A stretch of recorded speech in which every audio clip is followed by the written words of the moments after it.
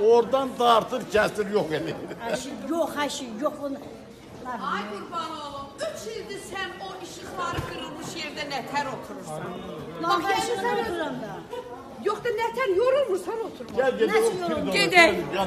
Gidelim. Bir yaparsan Allah o Biz pire. gelirik. Gelin bir ay bizde yaşayın, hem derdime şahit çıkarsın. Yok Gelsin bu bana dert anlatsın. değil hanım. Ha, ne istiyorsan bak şimdi bak onunla gayrek değilsen. Ben istemiyorum kuvvemi evimden temizlensin. O kuvvet Ben değil. yaşayabilmiyorum. O Narahat. senin ya oğlun ya komşunun bir uşağıydı. Ne oldu? Kimse bir adamdı. Eşi kim diyeceğini kimse. Ben evimde otura evin içinde. Eşi evin içinde. Bunu kesir düşüyor yine. Hanım oldu köç o evde. Yaxşı o cini orada Evim de köçüren. var, eşim de var, imkanım da yaxşı. Heç nə mən istəmirəm. İndi bu quvandan bunu təmizləməyini istəyirəm. Mənə ev yok da lazımdır, hər nə. Orada hiç şey yok. Burada var. Koalici olmak lazım. Nə, kimə alacaq? Televizyon içi, arxa hissəsi sökülmədən için qırır tökülür. Ya erindi. Ya. Nə? Hakikaten Ay Allah başladım, sen nə halim? pazara Evim gidip- içində otur onu kəsir düşür yerə.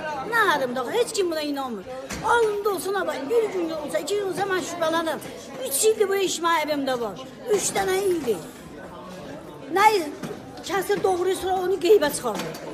Buranın sonra neçə dəfə şoçuk almışam qeybə çıxarır. Qeybə çıxartmadı da biz gördük o asfalt yukarı yerdeydi. Doğru yola kimdisə bu neçə ildir sizdən. Hakanım, bu adamdır. Sizin uşağınızdır.